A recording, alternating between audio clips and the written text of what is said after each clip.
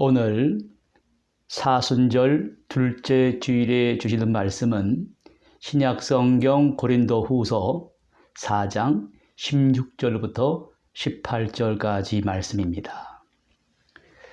이 사순절기에 이 말씀의 깊은 묵상을 통해 하나님께서 오늘 우리에게 들려주시는 음성을 들을 수 있는 시간 되기를 바랍니다. 오늘 말씀의 제목이 어떻게 내 안에서 벌어지는 전투에서 이길 수 있습니까? 사도 바울은 내 안에 두 사람이 살고 있다고 합니다. 나란 사람은 분명히 혼자인데 내 안에 두 사람이 전혀 다른 두 생각을 하면서 살고 또 서로 전투를 하면서 소중한 나를 쓰러뜨린다고 합니다. 어떻게 내 안에서 벌어지는 전투에서 이길 수 있겠습니까? 바울은 우리 안에 두 사람을 겉사람과 속사람이라고 이야기합니다. 더 정확한 번역은 두 자인데 사람의 겉으로 나타난 자와 사람 속에 있는 자입니다. 사람의 겉으로 드러난 모습은 보이는데 사람 속에 있는 자는 숨겨져 보이지 않습니다. 바울은 이 겉사람은 낡아지고 부패해진다고 합니다. 겉사람이 낡아진다는 것은 나이가 들면 늙고 병이 들고 죽음을 현실로 받아들이고 인정해야 한다고 합니다. 그리고 내 안의 속사람, 이너 셀프라는 것은 날마다 새로워진다고 했습니다. 무슨 말입니까? 나라는 사람은 분명히 하나인데 두 인격이 내 안에 서로 부딪히면서 공존한다는 것입니다. 내 안에 있는 서로 다른 자아가 부딪히게 되면 사람들은 움츠려듭니다. 요즘에 오미크론 코로나 바이러스로 국민들의 삶의 질이 다소 주춤해졌습니다. 매일 20만 명을 넘어서면서 미래의 일을 예측할 수 없다고 합니다. 이러한 비정상적인 삶이 계속되면 사람의 몸과 마음과 정신은 온전하지 못해요. 그래서 사람들은 심리 상담을 하기 위해 심리 상담센터를 찾아곤 합니다. 본문은 우리가 낙심하지 말라고 합니다. 왜 그럴까요? 살아가는 우리 겉으로의 모습은 낡아지고 좀 힘들더라도 우리의 속사람은 날로 새로워진다는 게 무슨 말입니까? 그것은 바로 인간의 거짓된 자아의 근원인 죄에 의해 결정되는 모순되는 실제적인 행동을 일으키는 겉사람은 결국 인간 존재의 그 이원성에서 인간의 공공한 처지를 낳게 된다는 거예요. 그런 반면에 속사람은 사람의 영적인 면을 나타내거나 생각하고 뜻하고 느끼는 것 같이 사람의 자기인식을 가진다는 점에서 도덕적 판단의 주체가 됩니다. 그래서 하나님의 말씀하시는 계시에 접근이 가능하며 또 그 계시에 의해서 좌우되고 또 그 하나님의 계시 말씀의 요구에 의해 열려있는 존재라는 의미입니다. 헤르만 헤세라는 사람이 사람의 겉사람과 속사람의 전투를 소재로 데미안이라는 소설을 썼습니다. 헤르만 헤세는 독일에서 태어나 1차 세계대전을 통하여 남다른 내면적인 사고를 가지게 되었습니다. 그것은 사람의 이 존재의 근원에 서로 상충하는, 배반하는 서로 다른 두 자아의 그 이원성과 대결하여 사람의 영혼의 자유와 인간의 고귀함을 얻으려고 고민했습니다. 헤르만 헤세는 사람이란 이 극단의 양극의 어느 한쪽에만 위치할 수 없기에 고뇌하고 죽음과 같은 고통에 빠진다는 거예요. 그러면서도 이 두 가지를 동시에 지닐 수 있는 인간은 없지만 늘 동시에 내포하고 살기 때문에 고뇌한다는 거예요. 해결책이 무엇인가?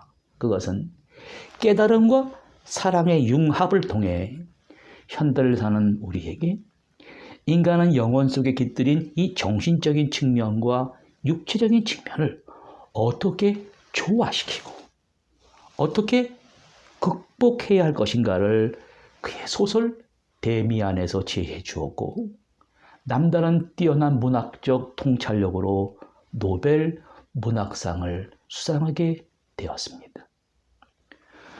오늘 우리의 현실로 돌아와 보면 우리 서로의 다른 자아의 이원성이 어떻게 나타나고 있습니까? 매일매일 확진자가 20만 명을 넘어서 30만 명을 넘어섰습니다. 러시아의 우크라이나 공격과 더불어 핵무기로 전 세계의 평화를 위협하는 일이 벌어집니다. 평상시에는 이웃이 고통받는 모습을 보며 아무런 생각 없이 살았지만 이 코로나 바이러스의 피해와 러시아의 무력 침공으로 이웃의 생명이 무참히 죽고 위협받는 것을 보면서 내 생명도 위협받을 수 있다는 걸 알아요. 전에 없던 것을 생각해야 됩니다. 과소비는 좀 줄여야 됩니다. 코로나 바이러스로 힘들고 어렵지만 과소비하던 사람들은 절약하며 살아가는 일에 동참해야 됩니다. 내일을 생각하지 않고 오늘만 생각하고 자기만 생각하는 사람은 낙심합니다.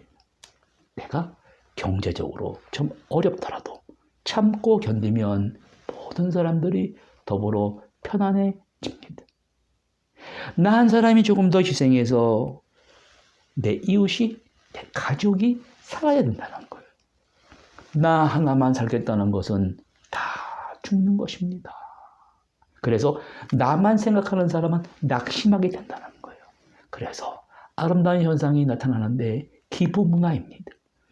우크라이나 사태로 인해 지구촌이 서로 나눔을 실천하는 모습을 봅니다. 가진 자들이 베푸는 사람들의 모습은 크게 움츠러들었던 사람들에게 큰 위로를 줍니다. 성경이 오늘 우리에게 전달하는 메시지는 인간 생명의 고귀함을 말합니다. 생명이 출생하고 성장하고 죽고 부활과 영생으로 이어지는 이야기는 아무리 이야기해도 신비한 것입니다. 신비한 이야기를 신비롭게 받아들일 뿐 그 신비를 설명할 방법이 없습니다. 사도 바울은 그것을 이야기하는 거예요. 생명을 가진 사람들은 고통에 시달립니다. 끝없는 문제의 연속에 사로잡히게 됩니다. 겉사람의 뜻은 아우터 셀프는 표면적으로 드러난 것만 생각하는 사람, 육체적 쾌락만 생각하는 사람은 스스로 피부도 생각도 같이 낡아지고 사라지는 거예요. 육신이 몸이 늙어간다는 것만 생각하는 사람은 참 숨이 막히고 기가 막힌다는 거예요. 그러한 생각으로 장수하면 못합니까? 이처럼 사람은 내 안에 두 가지 서로 다른 이 겉사람과 속사람이 살고 있어서 투쟁을 하면서 낙심을 하는 거예요. 사도 바울도 나도 모르는 내 안에 두 사람이 싸우고 투쟁하는 일은 이 전혀 다른 차원에서 이렇게 바라보고 있습니다. 바울은 여기서 한 사람을 소개합니다. 잠시 사람들의 삶 속에 펼쳐지는 삶의 파노라마가 고난이 온다고 할지라도 참고 견디며 넘어야 할 강이라고 합니다. 그럴 때 더 큰 비전과 가치를 보게 된다는 거예요. 어떻게 이러한 일이 가능할 수가 있겠습니까? 사람들은 언제부터인가 한 사람이 올바로 건강하게 살아가다가 한순간에 정신적으로 육체적으로 무너지는 모습을 보면서 한 사람에 대립하는 그 무엇인가가 있다. 한 사람 안에 서로 다른 자아의 실체가 무엇인지를 연구하기 시작했습니다. 18세기의 계몽주의가 일어나기 전까지는 교회가 권위를 가지고 모든 사회의 종교, 경제, 정치, 사상 등을 하나님의 의지라는 것으로 설명했고 그 교권 앞에 아무도 저항할 수가 없었습니다. 그러나 사람의 이성이 강조되던 계몽주의는 더 이상 하나님의 의지가 아니라 이성을 먼저 강조하고 인간의 자유와 평등을 정치 사상의 원리로 하고자 하는 움직임이 프랑스와 독일을 중심으로 나타나기 시작했습니다. 그래서 종교신학자 슐라이어 마하라는 사람이 이런 말을 했습니다. 종교의 참된 모습은 더 이상 지도와 교리가 아니라 한 개인이 신과 맺게 되는 종교 체험에서 나타나는 사람의 이 정신세계, 인간의 내면 의식이 중요하다는 걸 말했습니다. 더 구체적으로 제임스 홀리스라는 사람은 인간의 이 의식이라고 하는 것은 하나의 축구공처럼 간다는 것이 아니라 의식의 세 가지 변형 상태를 이렇게 얘기했습니다. 먼저 평범한 일상적인 의식 상태예요. 두 번째는 잠을 자는 상태예요. 꿈을 꾸는 의식의 암흑의 상태입니다. 세 번째 상태는 무의식의 상태입니다. 지금까지 자라면서 받아온 상처와 분노와 갈등이 이 무의식의 세계 속에 거대한 빙산처럼 감추어져 있다고 합니다. 그래서 한 인간에게서 이 세 가지 의식의 서로 다른 변형 형태가 하나의 사람을 만든다는 이 신비한 인간의 의식의 세계를 연구하기 시작했습니다. 그래서 칼 융이라는 분석 심리학자는 타임지에 인간의 영혼의 탐구가 가능한가? 그는 가능하다라고 보았습니다. 그 마스터키를 이렇게 설명합니다. 사람들의 삶은 깊은 무의식의 세계가 의식의 세계에 표출된 역사라는 거예요. 융은 인생을 정의하기를 마치 가면을 쓴 배우처럼 살아가는 게 아니라, 그것이 인생이 아니라 내 안의 무의식의 세계에 내 의식이 펼쳐져 있는 것이 내 삶이라고 했습니다. 사도 바울은 같은 맥락에서 로마서 7장 21절에 이렇게 말합니다.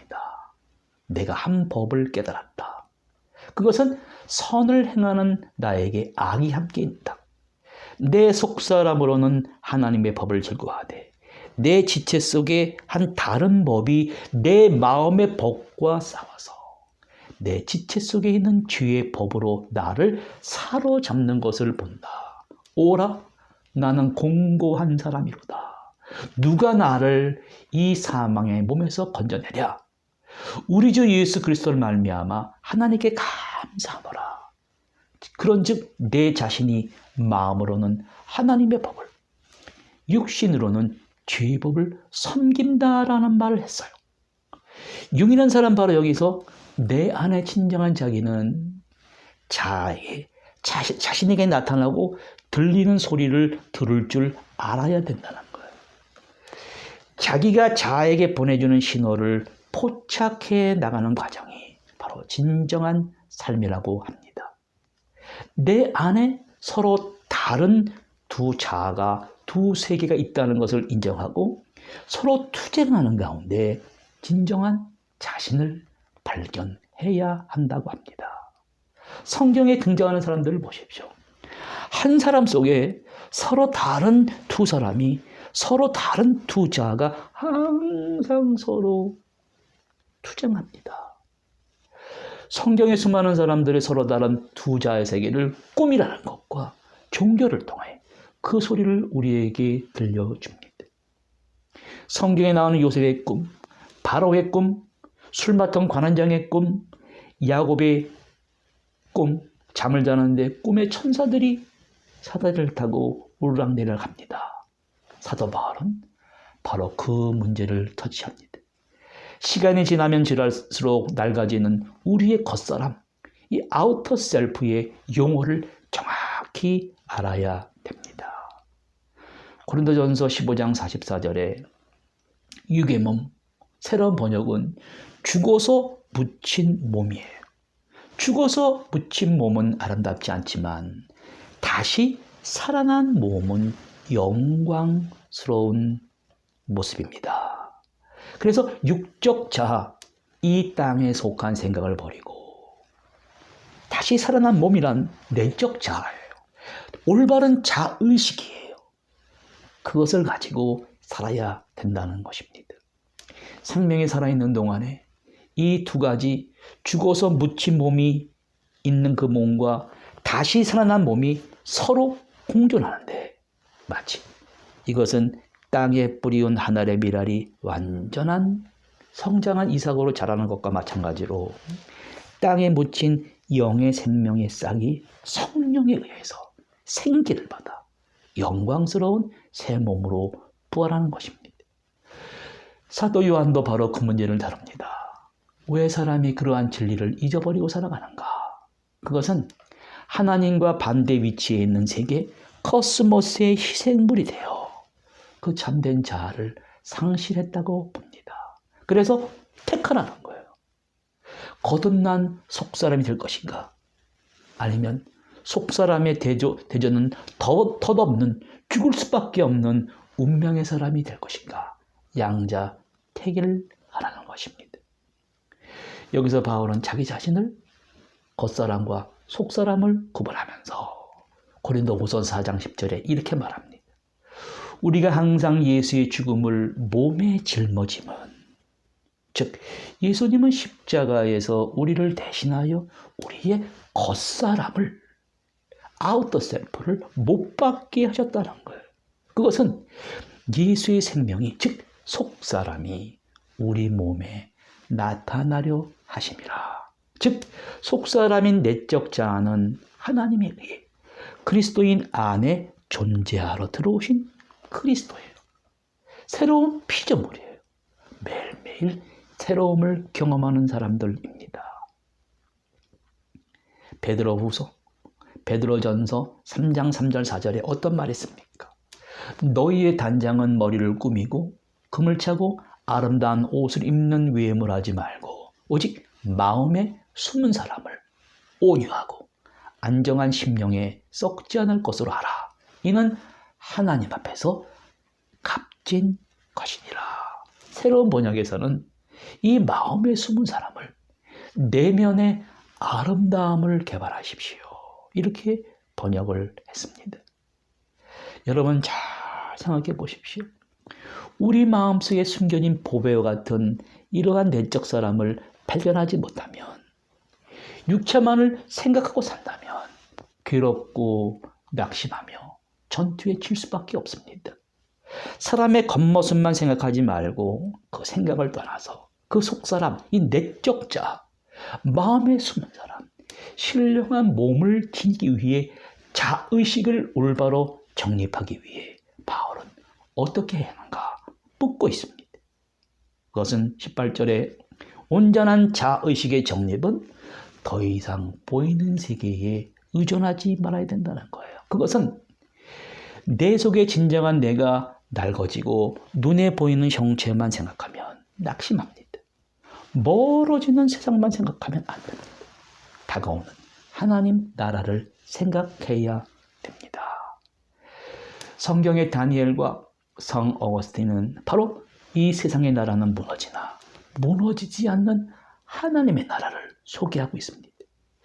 이 세상의 나라는 무너집니다. 하나님의 나라는 예수 그리스도를 통해서 세워지는 것을 보았습니다.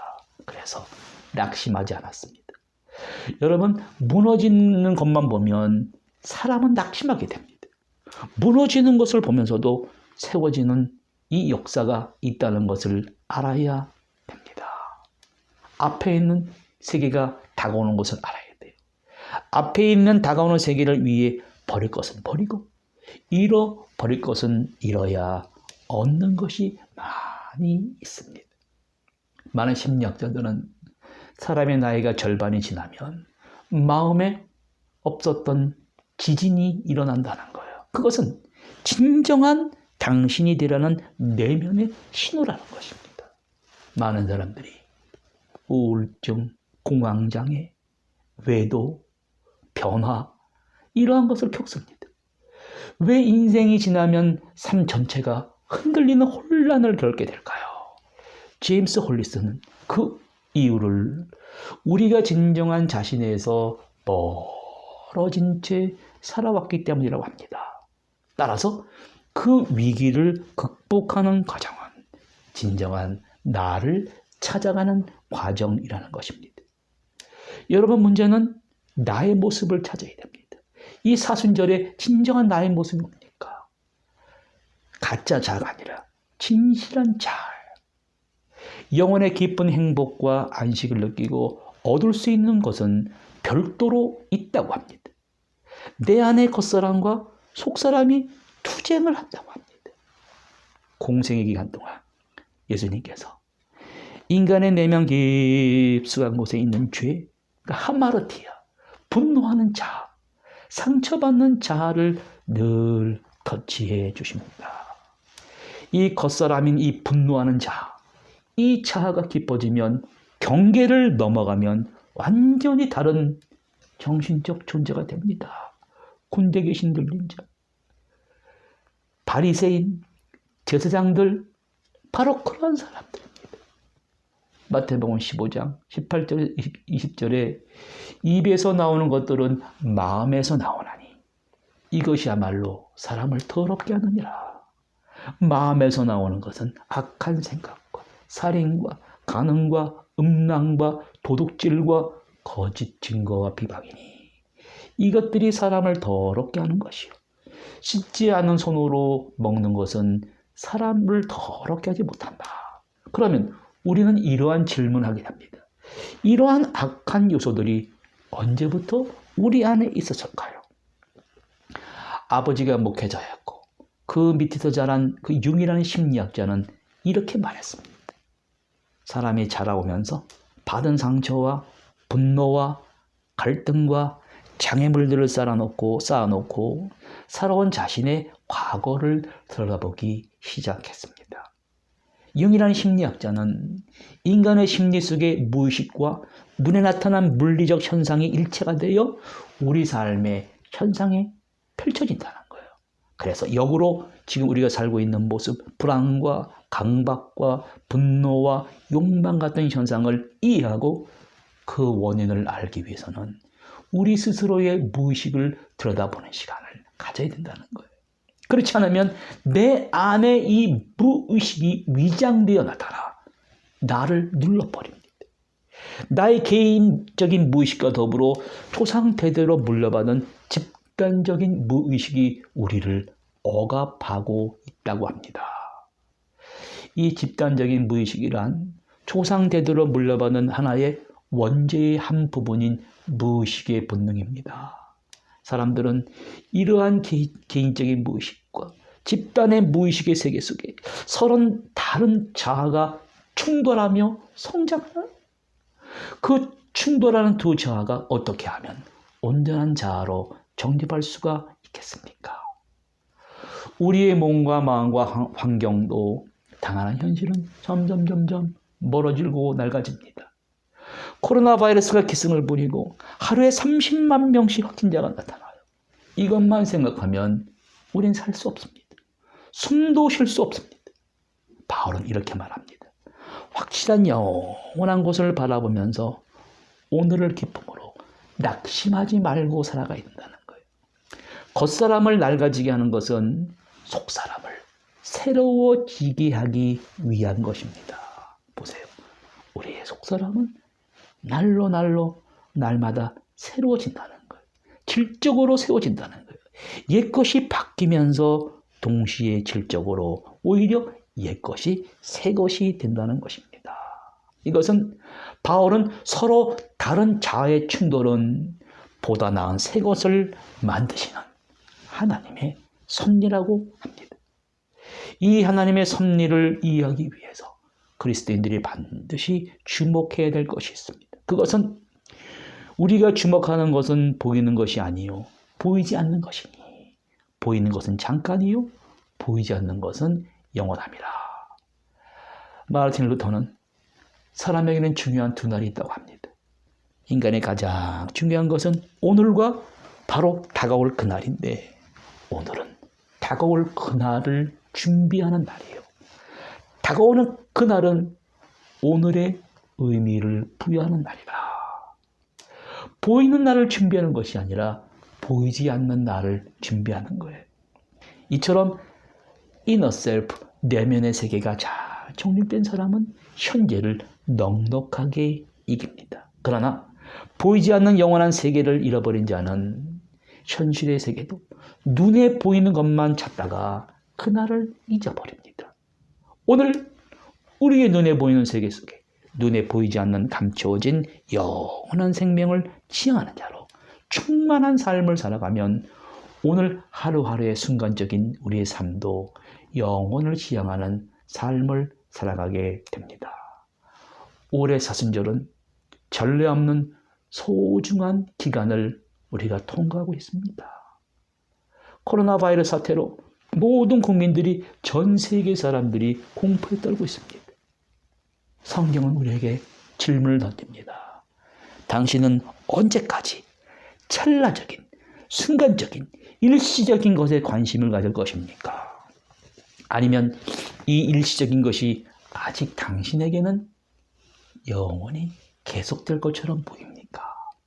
바울은 이 보이지 않는 것을 이미 보며 미래에 다가올 그날 종말을 현재 누리고 있습니다. 그것은 그가 믿음을 가지고 보기 때문입니다. 이제 사도 바울은 갈라디아서 2장 20절에 내가 그리스도와 함께 십자가에 못 박혔나니 이제는 내가 산 것이 아니에요. 내 안에 그리스도께서 사신 것이라. 이제 내가 육체 가운데 사는 것은 나를 사랑하사 나를 위하여 자기 아들을 버리신 하나님의 아들을 믿는 믿음 안에서 사는 것이라. 우리 옛사람은 함께 십자가에 못 박힌 것을 묘사합니다. 다시는 우리가 죄의 종노릇하지 않게 하는 것을 묘사하는 거예요. 씨를 땅에 심고 그 씨가 죽어서 열매를 맺는 것처럼 내 안에 내 의식의 세계와 내 이 무의식의 세계에 있는 서로 다른 두 자, 겉사람과 우리 속사람에게 동시에 말씀이 들어와야 합니다. 그 겉사람은 십자가와 함께 죽었습니다. 나의 속사람, 건전한 자의식이 새로운 삶의 변화를 일으키는 것이 바로 올바른 판단 기준이 되는 것입니다. 이 사순절에는 이러한 말씀의 의미를 깊게 묵상하심으로 여러분과 저에게 주신 우리의 자의식이 하나님께만 영광 돌리며 하나님의 앞에서 새로운 삶의 변화를 일으키시는 소중한 사순절이 되시기를 바랍니다. 기도하시겠습니다. 하나님 아버지, 사순절 둘째 주일을 지나고 있습니다. 전례 없는 코로나 바이러스란 환경이 우리 눈앞에 펼쳐지면서 우리의 소중한 진리를 다시 한번 깨닫게 해주시오니 감사드립니다. 우리의 겉사람이 십자가와 함께 죽고 내 속사람이 깊이 묵상함으로 아름답게 태어나 아름답게 장성할 수 있는 사순절기가 되게 해주시며 다가오는 부활절에 우리의 죽은 몸이 다가오는 미래에 다시 사는 영광의 몸을 입는 영광스러운 날이 되게 하여 주시옵소서. 예수 그리스도의 이름으로 기도드립니다. 아멘.